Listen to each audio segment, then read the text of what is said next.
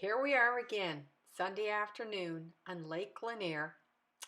We thought it was going to be a good day. We thought the wind had come up, but that just wasn't the case, no matter how hard we tried or how long we waited.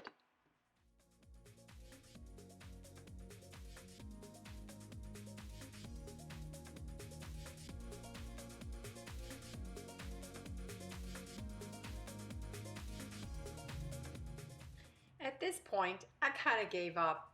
I lay down and took a little nap while we were waiting for the wind to come up. It never did, but it's a good way to definitely pass the afternoon.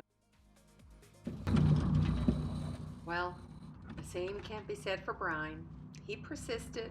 He kept looking and searching and scanning the horizon and holding in the sail as much as possible, but the wind never really did materialize. At a certain point in time, we just had to call it a day and head on home so we can come back another week and see if we can catch the wind and go sailing.